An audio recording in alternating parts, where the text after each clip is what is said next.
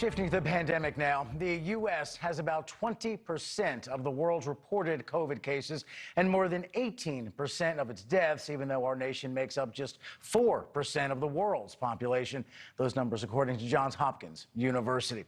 And as some states see a rise in cases, that is prompting even more restrictions. NewsNation correspondent Tom Negevin live in New York City tonight with a look at how some states are trying to curb the rise in COVID-19 cases. Tom. Right, you are, Rob. You know, experts are saying where we are right now is in the post-Thanksgiving expected increase in COVID cases. But here in New York, to give one example, we could be looking at another total shutdown, with restaurants feeling it first. We can expect, in a matter of days, new restrictions. That warning from the mayor of America's largest city already becoming a reality across the country.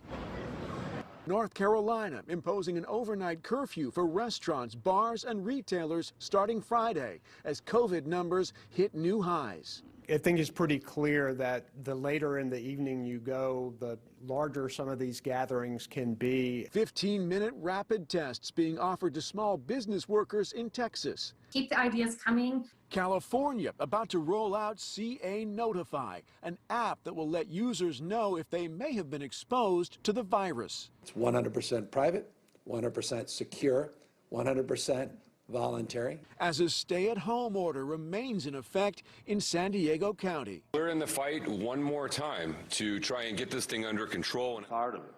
It's been nothing but harassment. Still, businesses and their patrons are rebelling nationwide. This bar in southwestern Illinois among the latest stripped of its food and liquor licenses for continuing to serve people indoors. Hands off small business on Staten Island.